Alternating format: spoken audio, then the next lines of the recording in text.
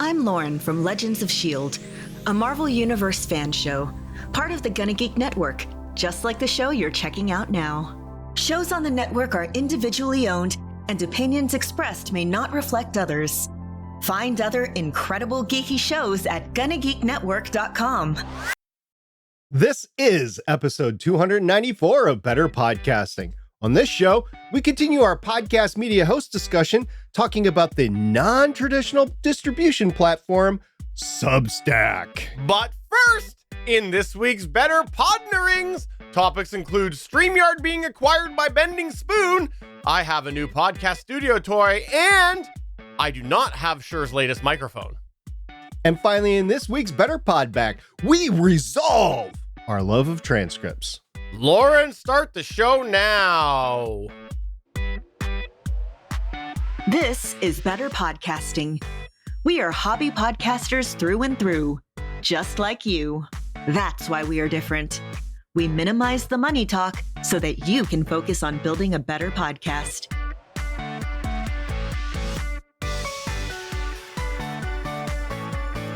Welcome to episode 294 of Better Podcasting. I am Steven, and I am pleased to say, I don't know why, but he hasn't abandoned me yet. He's SP.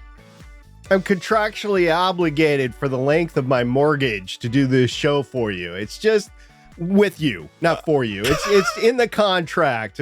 I got a lower interest rate by doing it. Oh, by the way, I got a nice mug from a listener. It's Eric from Steel Watching, which is about Remington Steel. Eric does the podcast with Sarah. Thank you very much for the mug. I appreciate it. I like steel. It's probably my favorite metal. I thought you liked Man of Steel. I thought that was your favorite DC movie. I love all things Superman, especially when he's dark and gritty. I thought you liked the mustache the most. We are not here to talk about Superman. No, we're here to talk about podcasting. And hey, if you didn't know this, we are a hobby podcast and we love fellow hobby podcasters. And one of the things you can do is go to GonnaGeek.com/network and check out some other amazing hobby podcasters over there. And anybody that's done any podcasting, including these hobby podcasts, have at some point had something go wrong with their podcast. And when it went wrong, they had to find a way to fix it. And if you are that person, we would love to hear from you. What went wrong with your podcast? How did you fix it? Because we used to do a segment called How I Saved My Podcast, where it could be an exchange of podcasting juices about your creative process. And so we would love to have those creative juices come back to this show so that everybody can learn from each other. I think in this day and age, when a lot of people are transitioning to video podcasting, that we should have a lot more video podcasting, How I Save My Podcast stories. So that counts. If you do a video podcast, if you've had to save your show somehow, I want to hear about it. You can get a hold of us at podcast@betterpodcasting.com.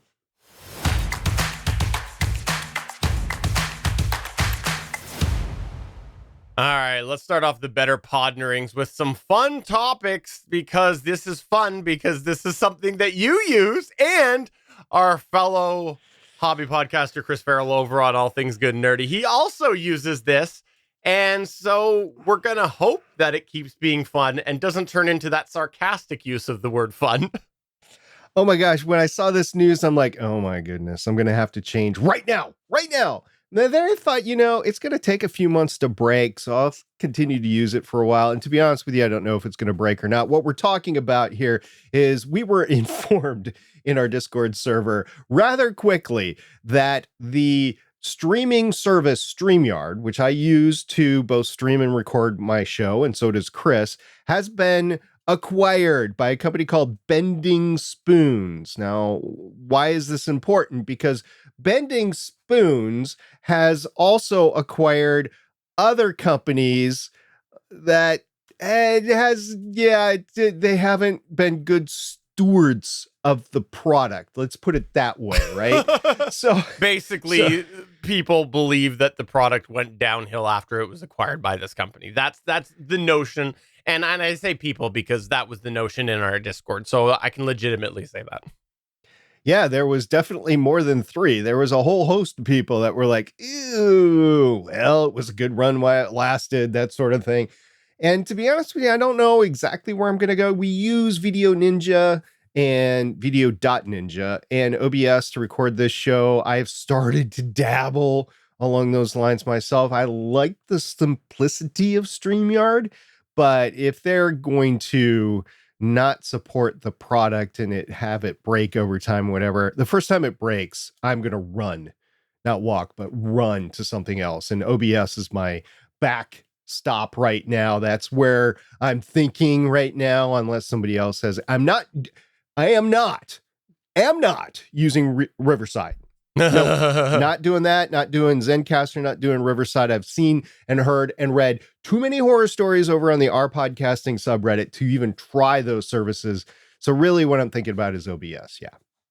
The other thing, if something does happen with StreamYard, and let's keep our fingers crossed and click our red ruby heels and all these other things we need to do, that it will keep working well. I know there has been some services like Restream, for example. They created a studio mode. I don't remember. There's another competitor that came out shortly after Restream. I think they did the same thing. So there might be a couple other options. Of course, those options might not be good either. I honestly don't know. I've never used the studio portion of Restream. So, we'll see. I'm going to hope that StreamYard keeps working well because they've put a lot of good features in there. They've made it really easy for people to just start doing video streams in a multi-track function to it, that if you want that capability. There's a lot of great features in there, and it's been reliable to date. So let's keep our fingers crossed that keeps happening, because StreamYard is used by a lot of people. But just be aware, they have been acquired. And in any case, generally speaking, I think it's safe to assume when somebody is acquired by somebody else, there's changes that happen. That's usually the case with any acquisition. Changes happen eventually. And so you can probably expect to see some form of changes at some point with StreamYard. They have been developing an awful lot of innovations lately, particularly thinking about the video creator. I was going to say podcast, but I think creator is probably a better term to use. And I know Chris, our co-host on GonnaGeek, he's been using a lot of those on his show, All Things Good and Nerdy. And it's actually enticed me to try out a few. Chris and I are on 2 separate plans, but there are some innovations that have started to appear on my plan, which is a lesser plan. It's a beta plan that came out a long time ago that I was going to leave the service, but they knocked me down to a $10 a month plan.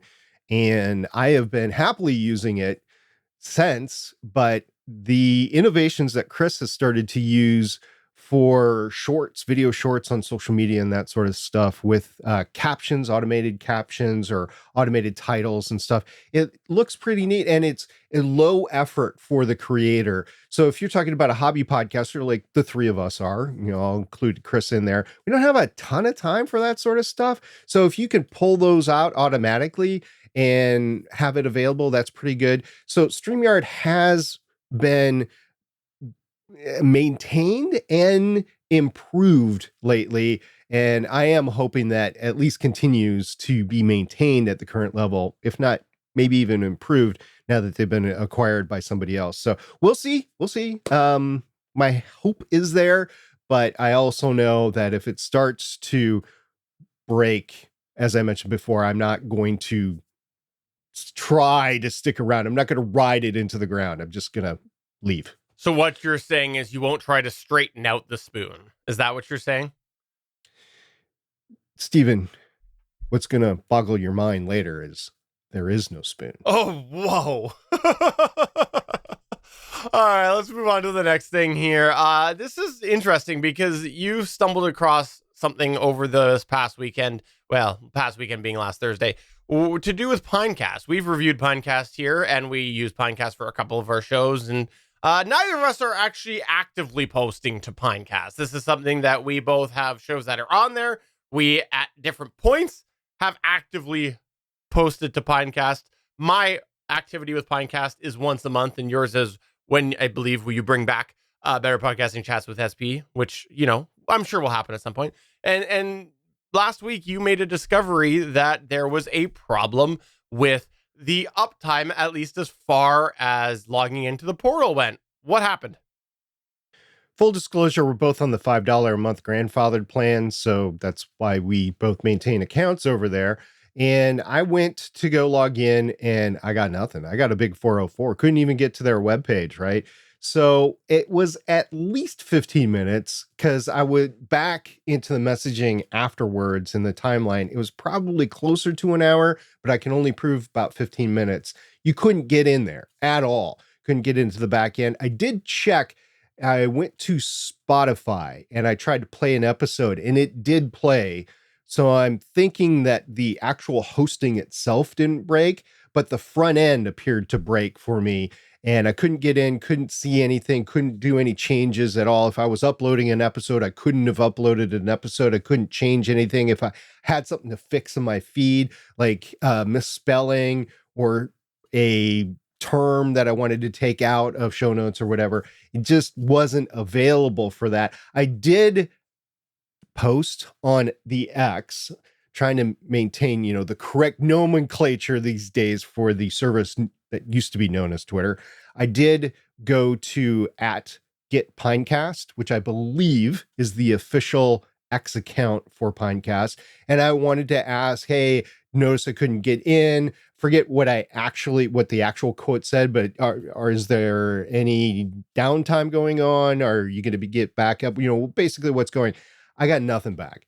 Even after the service came back, it was left unanswered. And we know for a fact that there's one guy behind the scenes, Matt, and he's been known before to say he's the one guy and he takes care of stuff.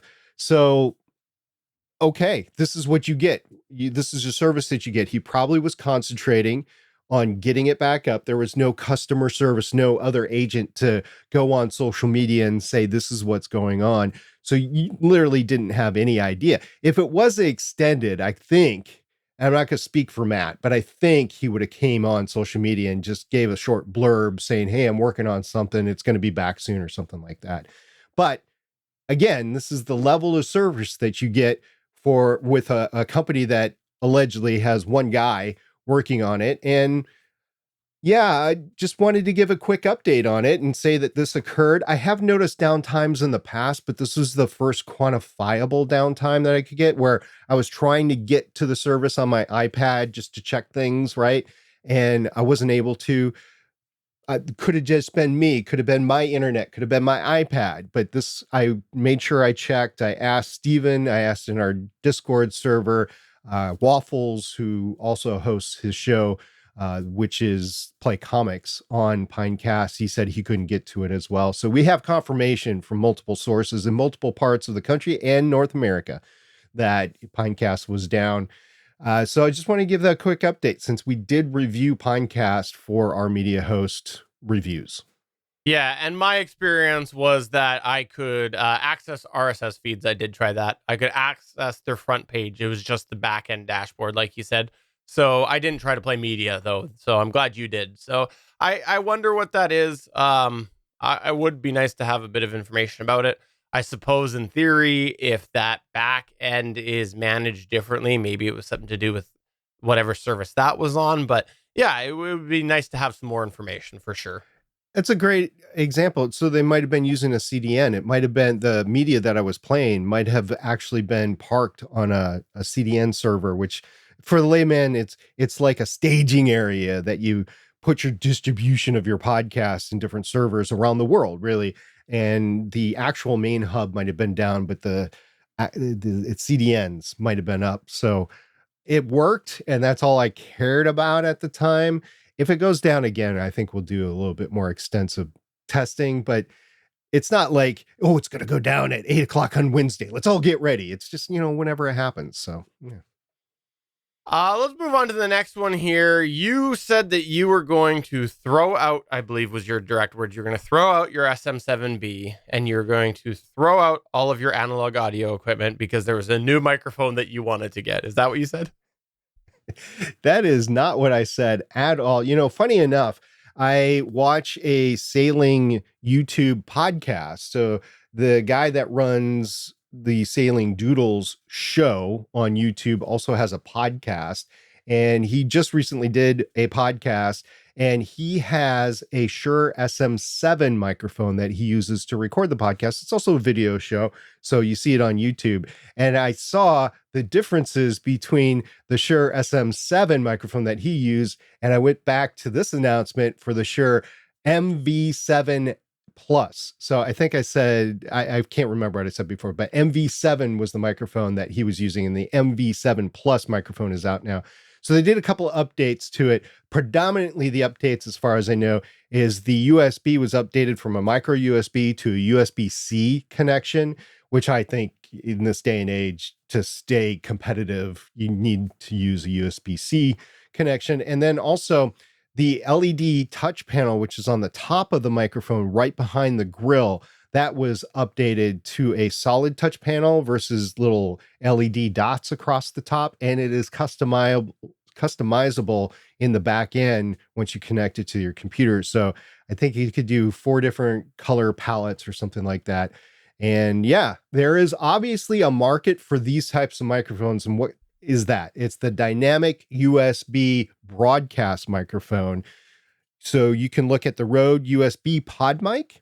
You can look at the upscaled Rode X XDM 100, which is basically, as far as I can tell, an upscaled Rode podcaster microphone, the old white microphone that was universally not well reviewed. Let's just put it that way. They've upscaled that. The Samsung Q9U, and we talk about the Q2U all the time, but they do have a large diaphragm microphone called the Q9U.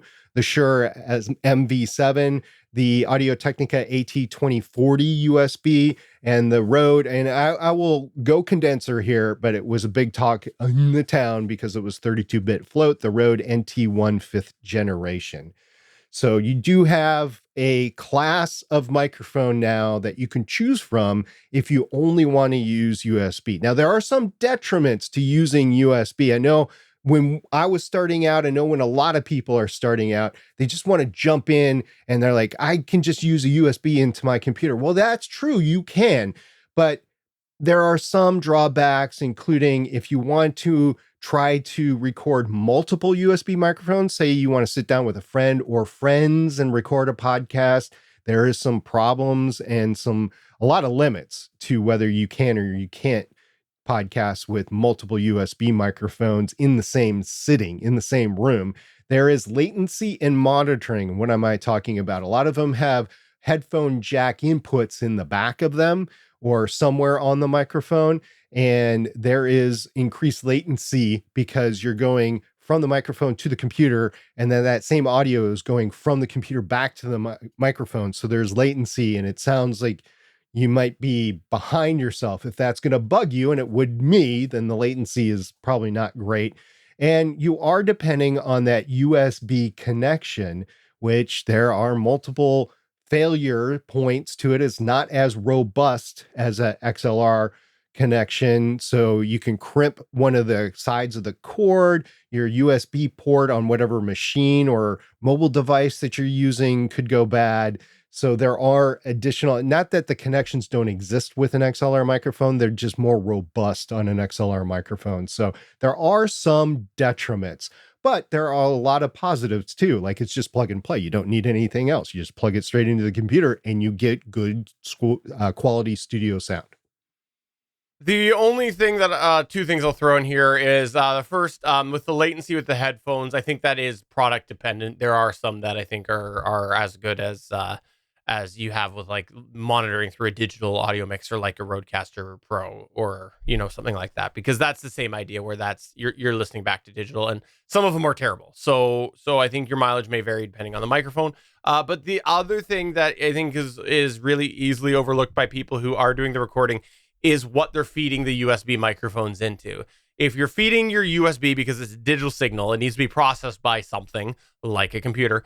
And if you're feeding it into a computer that is underpowered, you might start to find there's problems like artifacts in the audio, or maybe dropouts, or you might end up getting a real inconsistent timeline. That can happen where if your computer can't keep up with the audio that's being recorded, and we've experienced this firsthand, we've seen other people experience this, where you end up having that one section might start to fall a little bit out of sync of where it should be in real time. And so if you're mixing up tracks or matching them up with the edit process, you might find that all of a sudden you got to do a little bit of finessing to move it maybe right or left or a little bit. So you need to make sure that you have a reliable machine if you're using USB, just because if you are trying to capture an audio recording on something that is being highly taxed, like you're using a way underpowered machine, you might find there's some problems. And this is especially compounded when you have other things going on in the computer with an underpowered machine, like maybe you're doing a video podcast. So,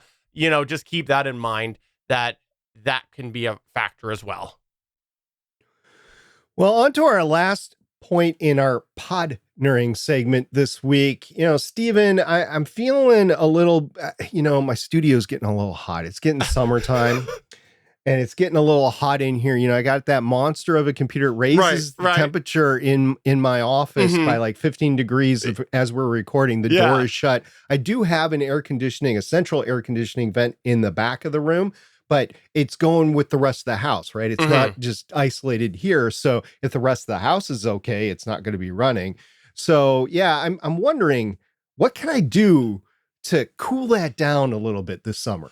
Well, funny you say that, because a little while ago I shared on here that I was looking for a solution for just that, trying not to use my computer to heat up this inferno of a room all the time, especially when I'm not podcasting. And I did it, SP, after many, many, many years, and it doesn't fully meet the previous laid out requirements that I set. I am making a compromise. Okay. I bought myself a Mac, and this is crazy because I am a Windows guy through and through for a long time. I've grown up with Windows, and yes, I've used Mac along the way and stuff. But I got myself a Mac M2 Pro. Now, there's a whole bunch of variables that contribute to why I went this way. There's the personal aspects. There's things about what I want to do with that existing machine, to do with family, and enabling other uses of it. But that's not the place to talk about it on this podcast. What I am going to say is that I'm not locked into keeping this. I am fully admitting that this is something that I'm seeing, will this work for me? And I bought it from somewhere that has a more generous return policy than anywhere else. I bought it from Costco because I want a little bit longer of a time. And with Costco computer returns, they're a little longer than everywhere else, to see if this is going to work for me. It's not a small investment. It's not, you could spend a lot more if you're building a gaming machine than what I have invested. Let's be clear on that. A casual listener of the show might infer over the past, few shows, that you might have taken some available capital that you might have used for a next generation digital mixer that you had to return because it didn't work, and you might have decided to use it to upgrade your computing power or your computing availability in your studio. One might infer something like, I'm not saying it did or did not happen. I'm just saying somebody might infer that this would happen. I think you could really make a good case for that. I absolutely do. So, anyways, I did end up doing this, and we will see how it goes. And if you'd like to come to our Discord, betterpodcasting.com/Discord, I'd love to talk more about the sort of way I ended up here and the reason, the personal aspects that is making me think about this. But I am actually podcasting on it tonight. 2 days ago, we recorded the official GonnaGeek show on it as well. And I am not going to sit here and give a full review or a full thought on this, but I did buy the Mac Mini M2 Pro because I did think that was important. So I have 3 monitor outputs, which is one less than I really wanted. It's got 16 gigs of RAM, a 512 hard drive, but of course, you had to do the external. And I have a couple initial thoughts on this. And what I will say is I'm going to give a couple initial thoughts jumping over to this, and then any updates I have going forward until, I might have a full conclusion to this big decision here will just be things that come up that I think, okay, this is worth talking about in the realm of podcasting. And then at maybe, once I've decided one way or another, I'll give a more detailed, whole view of my move, or maybe lack thereof, to a Mac. So what I do want to say is that off the bat, I think for podcasters, I think that there's a lot of people who still blanketly use statements that imply Mac is a solid beast. And there's people who say you don't need much RAM with Mac. And I will say that I would disagree firmly with both of those statements, at least from a podcaster perspective. On day 2, I hard locked the machine just by accidentally shutting down the computer I was using a network share from. I didn't mean to actually shut it down, but it just went down while I had it open, and the whole thing hard locked up. I couldn't get out of it. From a RAM perspective, I'm constantly sitting around 80% of that 16 gigabytes when I'm doing podcast related things, whether that's editing. I did edit last week's show on it. Or it's streaming. And so from a podcast perspective, I would disagree with the notion that you don't need a lot of RAM on a Mac, because I believe that the 80% is being throttled at some point, because it's very consistently around that, where I'm not seeing a huge jump. I think it's doing stuff with the processing or the managing of it. So I think there's flaws in those statements. So that's the first thing I'll say. And then the second thing that I will say is that for me, I ran into a couple compatibility problems here right off the bat. I went and I've been editing in DaVinci Resolve under Windows. There's DaVinci Resolve for Mac as well. And so I ended up pulling in the file, and I went and I easily relinked all the media. That was really easy to do. But what I found was that basically my VST plugins were incompatible with the current version of Mac. I believe that's likely related to either an OS update, or, if you didn't know this, a couple of years ago, Apple created their own processors. And so, this is something that there is a compatibility issue with some of those processors with legacy software. So it could be related to that. So luckily, on the heels of last week's conversation, I was going to be updating my Isotope RX suite anyways. So I was able to do that. But if I wasn't planning on doing that, it would have been a cost I would have had to pay outright, because my RX7 was not compatible. And the same with the Waves plugins that I had. Now, those I were not planning on updating, but I did want to be able to use them if I needed. So with Waves, you can go and you can sign up for a like a 1-year service plan sort of thing. And so for me to update all of the plugins I was using was $26 for all of them. So I just did it. So I had that. But again, these are costs that, if you're switching over, you might have to consider if you're not planning on doing those.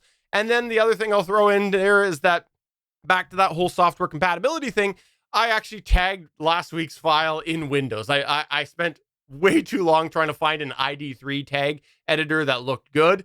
And so I ended up just giving up eventually and wanting to come back. And I just went and did it in Windows because I wanted to get it published.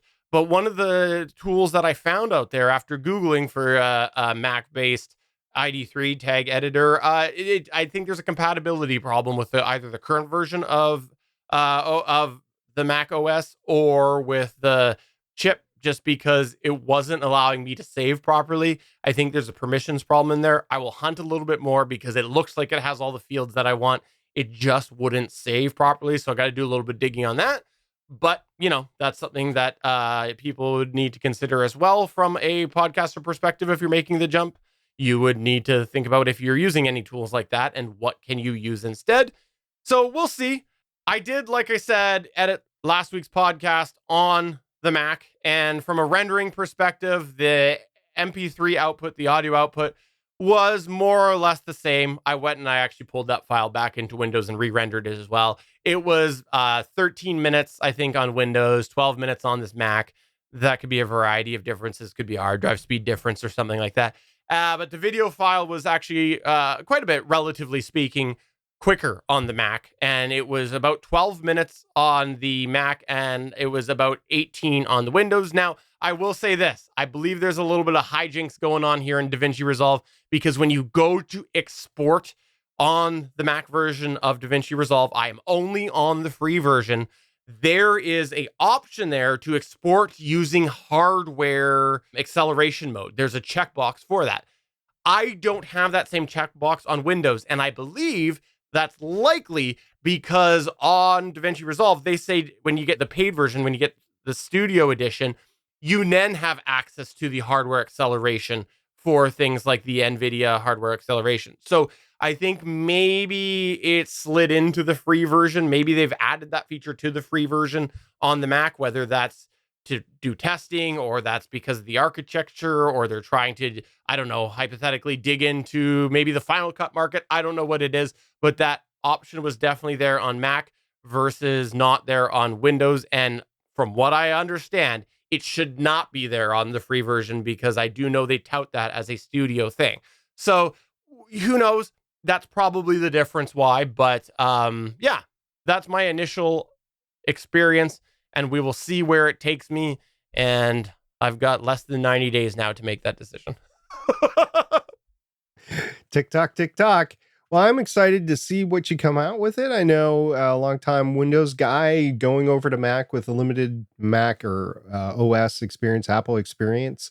It'll be interesting where you go. And it's not like you have a suite of Apple devices at your fingertips. It's not like you have a MacBook Pro or Air. You don't have an iPad, recent, generation, or an iPhone yourself. I know you have one in the house, but you don't have one yourself to experience the entire architecture across the board. So you're simply using this for podcasting. So it'll be interesting to see what comes out of that.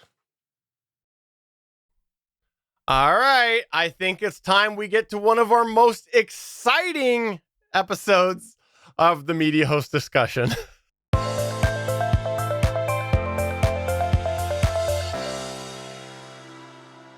Oh, SP. Are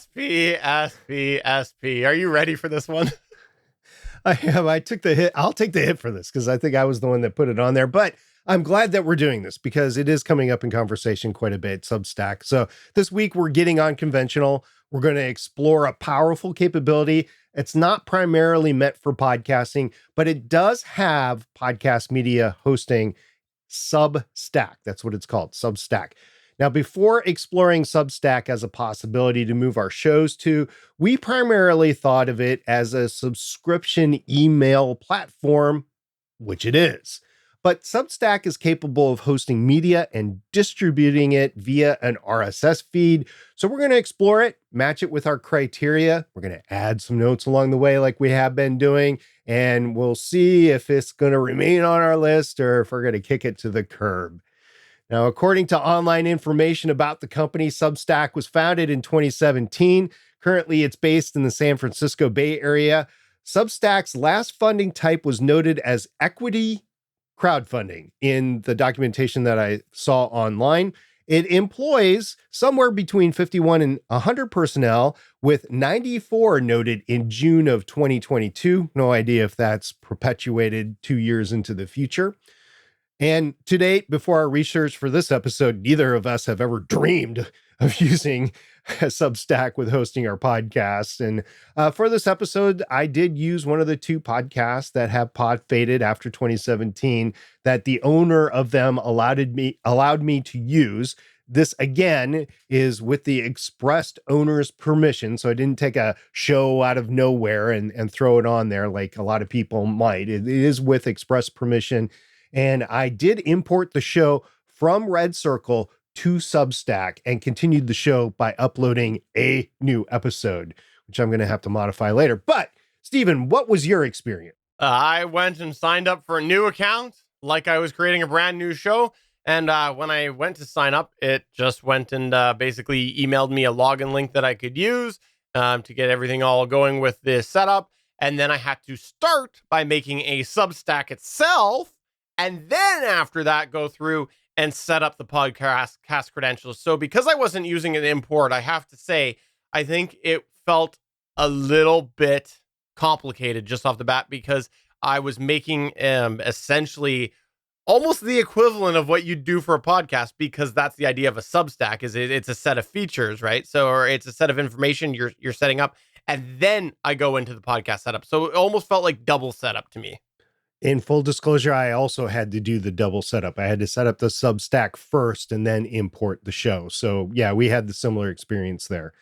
Now for this review, we only use Substack's free capabilities. We did not attempt to utilize Substack's subscription model, which is the draw. A lot of people are using it as a Patreon alternative, but we did not use it that way.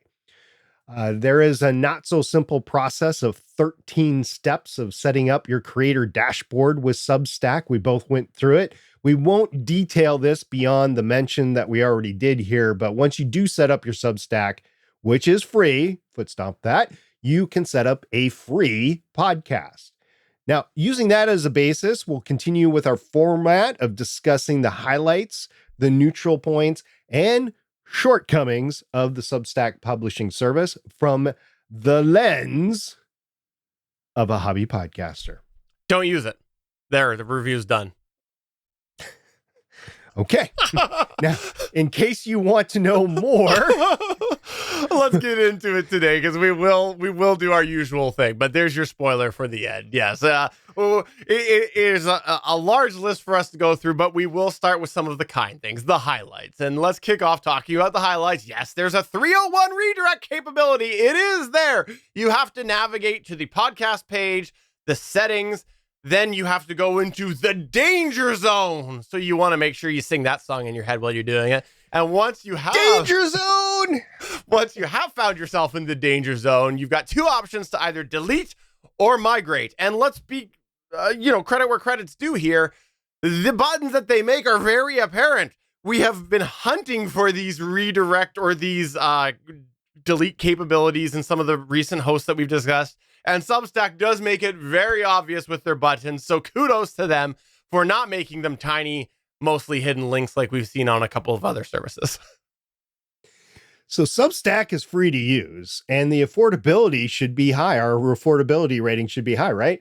Well, unfortunately with Substack, we feel like we ultimately will have to balance the price with the capabilities.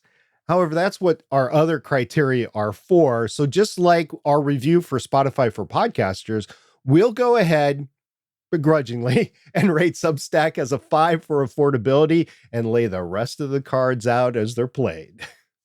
Now, for data limitations, this is something we're going to put in the highlight section. We are a little hesitant to mention it because it does feel like they're unlikely to be something that you could really utilize every single week to its maximum because it is quite high. But we will take it at their word and say that they say that you have a limit of 20 gigabytes, basically. So 20 per file. Per file. Per file. 20 gigs per file is the limit. So keep that in mind, that they say that you can upload up to 20 gigabytes, but I would be very curious if you were doing that every single time, if there might be something knocking at your door. But there's no limits listed for downloads or storage. So on the surface, this does look like a pretty big win as far as limitations go. But we mentioned this before. We do think that it's fair for media hosts to have limitations to protect themselves. So I suspect probably if we went hunting in the terms of service, there might be something in there that would help protect them a little bit. That's my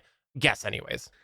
Yeah, the 20 gigabytes is largely for the video files. And as I've discovered, you cannot RSS feed your video files. It's simply for your email post. But moving on, it also appears that Substack will only allow you to have one RSS feed per Substack, but they're free. So just like Spotify for podcasters, you can just create a new account with another email and get multiple feeds that way. But since it's free, adding a new RSS is really easy once you get the Substack. Well, we'll see how long this continues, because this sort of business strategy could be easily abused by people just throwing podcast after podcast after podcast out there. And again, it's not necessarily the files, but it's the RSS feed and how much time that is hit on the data going back and forth. So we'll see if abusers to the system come in and make it non-viable as a business entity. But for now, multiple RSS feeds are achievable through the separate accounts. Does this match our criteria? We'll say yes, but not in the traditional sense of having the multiple shows on one account. Now, this approach makes it feel like they may be trying to encourage growth of the rest of the platform by increasing the amount of features on Substack and keeping people on their platform for all their needs, kind of like Patreon does.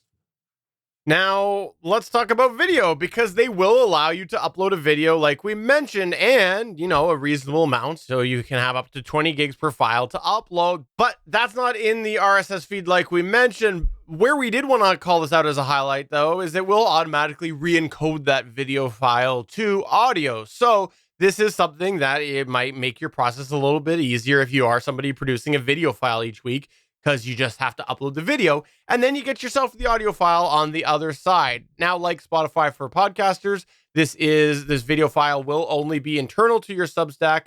So we were a little bit excited until we did try to publish and then see that it wasn't actually in the RSS feed for the video file, but maybe one day. Yeah. We don't actually know how common this is, but we noticed that even after the podcast was set up, there was an import episodes button available. This was after publishing. So if somebody makes a mistake or changes their mind, they can import their show after. Now, the final highlight for Substack that we see is the fact that Substack allows subscriptions. In fact, this is a key item of Substack. Like Patreon, if you're familiar with that, you can distribute a subscription podcast episode on the Substack app. And we didn't test this capability since neither of us are looking to monetize, but we'll just note the capability is there. And in fact, there are some folks out there who might be using Substack for their existing monetization platform for their project. So this would just integrate nicely with that. The entire essence of the podcast section feels like it's basically an add-on option for somebody with an existing Substack platform. So this could be a real potential win for you if you're already using it as an email platform or a subscription email platform. But that's the very specific carve out we'll give for the positives of this approach. And with that wraps up the very short highlight section. Moving on into our neutral zone, we'll start with our views of Substack's import affordability. I had the chance to check out Substack's import ability by moving the podcast that I had previously hosted on Red Circle to Substack. And as a side note, this did seem like a terrible option considering the unknowns with Substack, but I did tell the original creator, and this is part of the approval email chain or text chain back and forth, quote, I also wanted a show that wasn't currently available because I'm going to be messing it the F up. The show is going to be bounced around from media host to media host every week. It's going to be thrown up every time somebody presses play. It's going to be used hard and put away wet, unquote. So I proceeded in the name of this Better Podcasting episode to actually do the import. After choosing, quote, import a podcast, unquote, there is a page to type in your RSS feed. Then a page pops up with a few services listed to tell them about to use the new link. I assumed the new link meant RSS. It wasn't specified as RSS. It was literally called link. And sadly, Red Circle was not listed as a previous service. You had Libsyn, Megaphone, Anchor. Yes, Anchor. We know it's Spotify for podcasters now. Podbean, Simplecast, SoundCloud. I threw up in my mouth a little bit. SoundCloud. Okay. Spreaker, Squarespace, Buzzsprout, Omni Studio, Audio Boom, and Captivate.fm. And then apparently, as Ron Burgundy here, I'll have to read what Stephen literally just put in the document. SP's House of Hosting. It's on there. No, it's not.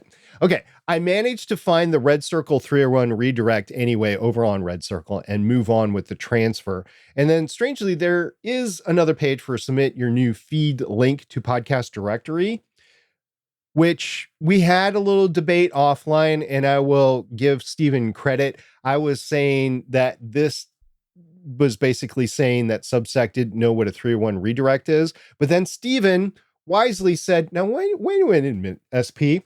It's not that bad to tell your directories where you're actually going to, where the new feed is. So that's a possibility. When I've been importing the feed, I have literally just been having those directories like Apple Podcasts and Spotify literally catch up within an hour or two. That's all it takes every single time that I've done the transfer so far on both the shows.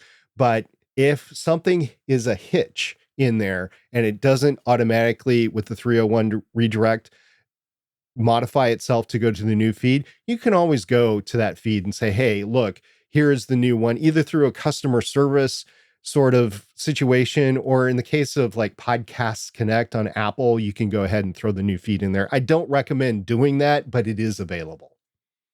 Now, moving on to some of the help discussion, the customer support is listed as an exclusive through email address, and that's how you're going to get your main support. There's no expected response times listed, but there is a FAQ section. And this is the part that really drags it down here, because the FAQ itself is very complex along with the help center, especially when you're trying to look at things for podcasting. Now, neither of us have used the support, and as such, we would say that the best we could give is a neutral, because there is support options there, but the help itself is kind of complicated, and we'll come back to that a little bit later. Substack does not appear to have a full service all-in-one podcasting solution. However, there is a record option within the post creation tab. Still, it's really rudimentary and it's live to tape functionality with no editing or production capability. So we'll just call this a neutral for now, but it actually has a record capability where other services don't. Substack still appears to be running off venture capitalist funding via their company profiles. In 2022, as I mentioned before, it had 94 employees, and like Spotify for podcasters, Substack's business model is a far wider net than just podcasting. So we'll give company health a neutral rating for now and just keep our eyes and our ears out for any additional news that we see in the area for the company health of Substack. Now, neither of us have heard any positives or negatives about the reliability, and the fact that there's a lot of lack of discussion in this area, we're going to leave it as neutral because it does feel like we can't speak to it either direction. And then moving on to file types, we're going to say this is a neutral as well because they support MP4, H.264, AAC, MP3, WAV, and AAC. But there's a big caveat to this because they do say that they'll accept those file types, but there is a whole re-encoding aspect that we will come back to a little bit later on this that kind of takes away a little bit from some of those file types and their compatibility. So that leaves the remainder of our criteria that we will discuss for the shortcomings. First up, Substack may have the most shortcomings of any podcast media host that we've reviewed so far. So strap in for the entertaining ride as we navigate through some pretty major ones. First up is the help section. We want to get this one right out of the way off the bat. Honestly, the help section feels terrible. The help page seems like a mix of lengthy scrolling walls of text and other more traditional help pages that are hard to follow. Why are they hard to follow? Well, because in the articles that we checked, it seemed like they were interwoven with the main Substack help, and podcasting is just an element of Substack. Stephen has previously mentioned that. Now, while we might be able to overlook this on another platform and find some pros in the quality of the articles to make it a neutral, the reality is, getting back to the prior point, the podcasting element feels like it's just an add-on features to Substack, and as such, it feels confusing to navigate the podcasting section, or at the very least, how it all fits in. As such, the help pages feel much more important, and it just totally falls apart in the help section, in our opinion. It feels like the help of yesteryear, confusing search results, lengthy text pages, and sometimes you're left more confused than you started, which is, often for me, but if you add to that, then it gets a little bit more aggravating. Now, moving on, let's talk the statistics. This is SP's favorite part, and honestly, they're probably the worst we've seen for a podcast hosting service to date. We're not even sure what certain aspects of them mean, and there are a few areas that do seem specifically outlined for the podcasting aspect. But when you go to the main statistics section of the dashboard, there's definitely some things in there that are not podcast statistic related. And it's that whole conflating of the two products that just begins to make the stats fall apart. it's hard to understand what's what and see the podcast statistics and compare them to the rest of the Substack statistics, such as paid subscriber numbers and things like that. It's just a lot of confusingness in there when you're trying to dig into your stats for just your podcast, because again, that whole Substack aspect comes into play. The provided website is equally useless with no way to play episodes on the main page. You have to click into an episode page to be able to play the episode. Also, it provides no integration to social media of even where you might be able to see the subscribe, follow, or download the episodes. It's customizable, but the options to do so are hidden down on the third block on the settings page of the dashboard. You actually have to scroll down quite a bit. And to be honest, it feels like they took an existing website layout meant for something outside of podcasting and made it work for podcasting. The biggest example I could give you is, say you're going into the back end of a WordPress page and you have all of those options and just the whole thing. It just feels very, very overcomplicated for a podcast media host section. So if I was using Substack to generate my RSS, I would definitely seek out a third-party website instead of using the mess that's on Substack. It's just no for me. And while we're in this section, the player sucks. It's really not an intuitive player. It seems oversized, and it feels like maybe they designed the player just trying to be different for the sake of being different. You know, there's certain things that you start to expect a certain normality, a way that people are able to use them. And the player is one of them, because people embed this player a certain way. And so the player they have is just not good, in our opinion. So, you know, right in there along with the website. And then the dashboard itself, just as SP mentioned, feels very complicated, very convoluted. It's not intuitive. It takes forever to find the option that we were looking for. At least that was our experience. And I don't know about you, SP, but I kept finding myself accidentally going out of the podcast section on the dashboard into other areas of the Substack dashboard. This is something that I was trying to experiment with the podcast section, and it just kept bringing me back to other areas in the Substack dashboard that had nothing to do with my podcast. Now, maybe it was user error, maybe I was clicking the wrong things, but I did it many times as I navigated. So I feel like maybe there's some form of crossover or easy way to find yourself out of the corner of podcasting within the Substack dashboard. It just didn't feel good for me, because I kept being like, where am I now?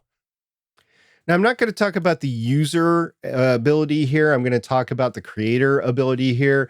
The iOS app and the mobile web interface are extremely limiting for the podcast creators. Now, I have used the Substack app as a consumer of Substack, like emails and posts, blog posts, whatever you want to call them. It's okay for that as a consumer, but as a creator, it is not designed for you whatsoever. There are only 6 available known RSS destinations in the Substack backend, and Amazon Music is not one of them. I think that's a big mistake. However, of note, there was no sign of Google Podcasts, and it did say YouTube Music, so somebody's keeping abreast of stuff that's going on there. Sorry, that's not getting a win for us, though. Amazon Music is important as we go forward. It's one of the main 4 or 5 distribution hubs, so they probably need some sort of integration with Amazon Music. It might be an overall company philosophy of not wanting to do anything with Amazon. I don't know. I just know that that is a sentiment that's out there in some circles. As far as we found, there is no Podcasting 2.0 support. That's another shortfall. And there is no connection to social media for auto posting. Substack definitely wants to keep you on their app, which, to go back to the previous comment of Podcasting 2.0, one of the tenets of that is the value for value model, and Substack's tenets is a subscription model. So the two are mostly incompatible. Now, earlier when we were talking file types, we had a caveat for there, and let's get to that caveat, because we're going to talk about the file integrity. This is basically what Substack is doing when you upload a file, and we saw several changes. For me, I saw the file name was altered. It literally downloaded for me as transcoded.mp3 when I tried to download my file. That's the MP3 that I got out of it. We found the So if you were using Windows and you did this a lot, there would be a lot of transcoded.mp3, transcoded.mp3.1, transcoded.mp3.2, transcoded.mp3.3. So you get the idea. Yeah.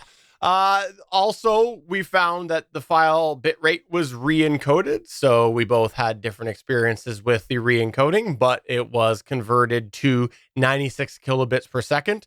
SP's was encoded up from 80. Mine was encoded down from 192. You know, I have to make a caveat here that 80 kilobits per second, this is the file that was given to me. I do not produce a file at 80 kilobits per second. So I just have to mention that every time this comes up. It's like, no, I don't. I'm at 96 or 192. I'm not at 80. Fair enough. We also had ID3 tags that were removed. We had the podcast category removed. The podcast descriptions were removed. The podcast ID was removed, and the podcast URL was removed. And then for me, what was weird about mine, and maybe this was because I had such a large file, my artwork was actually removed from the ID3 tags, but it wasn't for SP. So we don't know what the difference is, but I double checked my transcoded.mp3 and it was not there. Then also the size of your file changed, right? Yeah, and that's probably because of the transcoding, but just to give you an idea of what you're losing when potentially when something is re-encoded like this one was from such a high bit rate down, it went from an 89 megabyte file down to a 47 megabyte file. So their process is basically losing about half of what I uploaded. Moving on to another shortcoming, there are no team accounts or accesses available. It's simply the singular email address login. Also, there is no hint of dynamic audio insertion. Again, this is a subscription model, not an ad model. And the reason, by the way, that we, just as a reminder, we put dynamic audio insertion in is if you as a hobby podcaster want to put like announcements in there. That's really why this is a criteria for us as hobby podcasters, not for ad insertion. Moving on, there are no monetization options outside of their subscription. Again, trying to put you on their architecture and their framework. There is no video RSS support. We've mentioned that before. Videos are allowed, but it's only playable on their site. And to be honest, at this point, I quit. I didn't want to go any further in making the show notes. And as Steven came into this a couple days later after this, he didn't want to go any further either. This has been depressing enough from a podcasting standpoint. So we're going to stop the criteria right there. I guess, though, we will leave off the shortcomings, getting back to the point that we mentioned earlier. It just really feels like podcasting was sort of shoehorned into Substack. Everything within the platform feels like it was tacked on or just made to fit. Maybe the spoon was bent a little bit. A great example of this was the RSS feed, and the RSS feed, at least my experience, the RSS feed URL that was generated was on api.substack.com with a bunch of other miscellaneous random ID characters in there. It just wasn't user-friendly at all. And I just think that that's a consideration people should have, is if you are going to be putting this RSS feed out there and you're going to have people maybe occasionally manually looking at it or manually copying it, it just didn't feel like what you would expect from a podcasting platform. api.substack.com, what is somebody going to think if they're trying to grab that as an end user for your RSS feed? So I just think that overall, it really, really feels like it was just made to fit.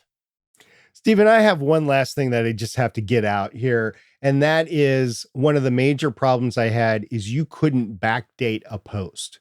That's why we changed the criteria last episode, to be honest with you. Every other podcast media host that I've run into, you can go in, you can set the publishing date, including years in the past. That was particularly important with this show when the episode was published in 2016.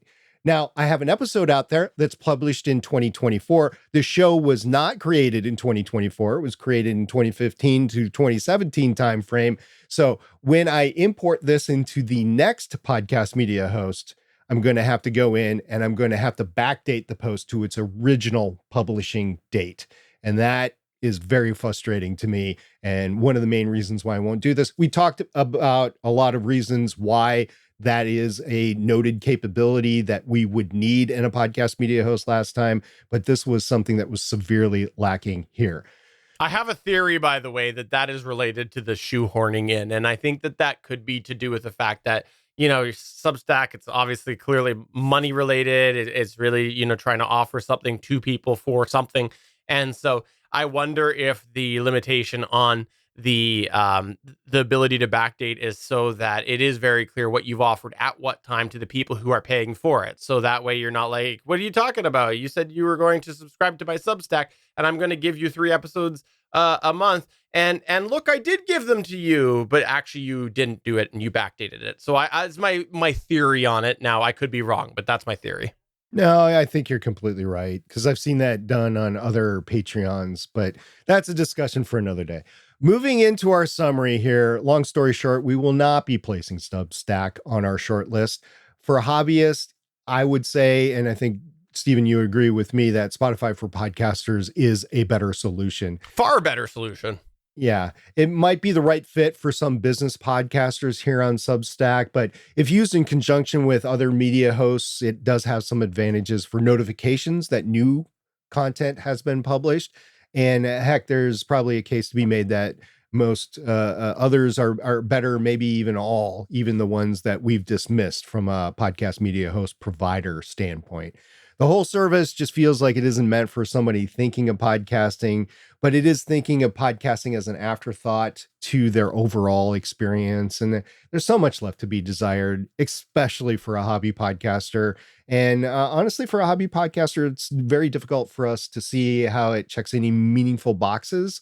And Substack has a long way to go to even consider a second look from us here on Better Podcasting. This is where we here at Better Podcasting turn the show over to you as we run through some of your feedback. We call this segment Better Podback.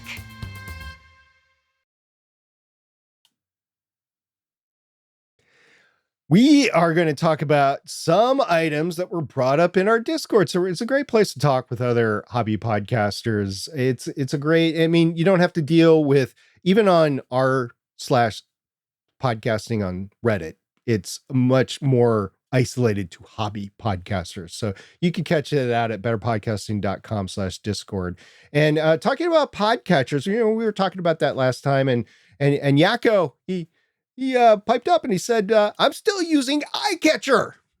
And this is something we want to keep this conversation going. We want to know, what podcatchers do you use? Because there are a lot of people out there right now who have had to move on from Google Podcasts. So this is a really good opportunity to revisit this conversation. And there are things that people maybe previously used the last time we really talked about this that are no good anymore, or maybe the reverse. There are new things on the scene that we didn't mention last time. So if you are somebody who has a recommendation for a podcatcher, please let us know. You can email podcast@betterpodcasting.com.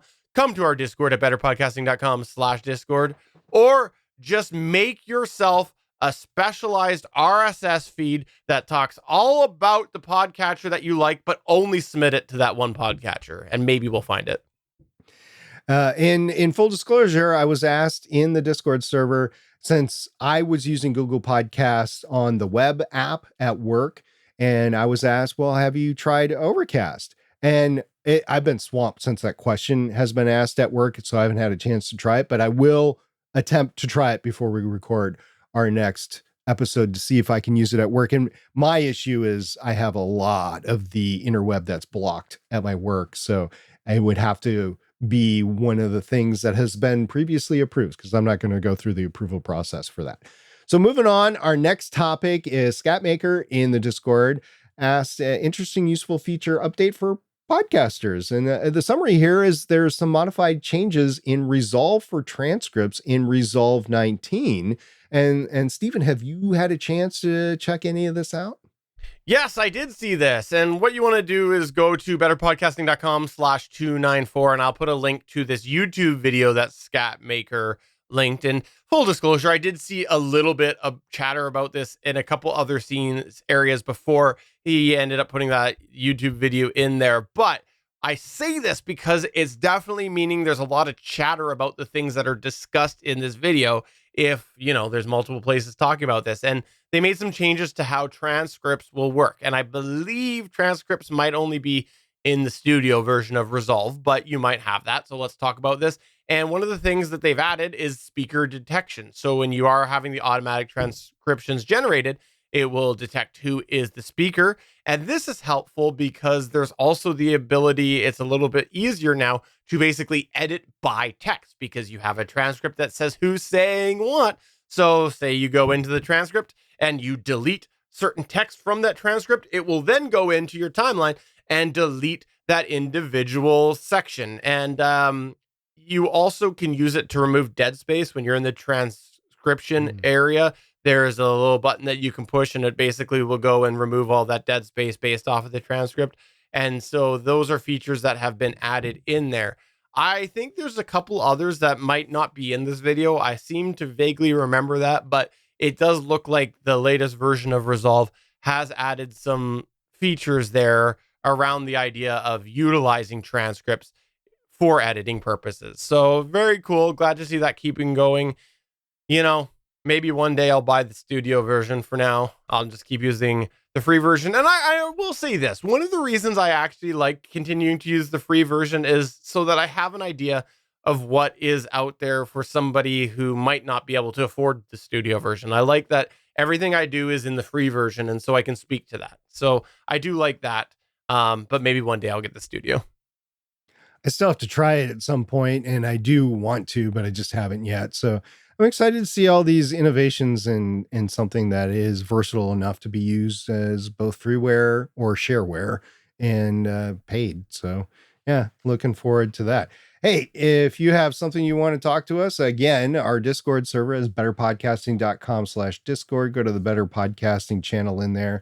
And there's some lively discussions in there throughout the week. And anybody is welcome to join in. Anybody is welcome to offer their advice because we are a community of hobby podcasters and you might have more experience than either Stephen or I in a different area. So we welcome that over there. It's a very inviting and friendly community. Now we have some bad news to share here. Well, it's bad news in half of it. And why I say that is because there's two of us that do this podcast, and we know for one of us, this is great news. And we're not doing an episode next week. We're off next week. We're taking the week off. And why I say that is because I know you'll be excited not to have to hear from me, but I know you'll be super bummed to not hear from SP. So it's, I guess, 50% good news, 50% bad news. Yeah, there'll be a few weeks throughout the year that I have to take off for various trips. This is the first one. This is work related, but I get to go to a nice place.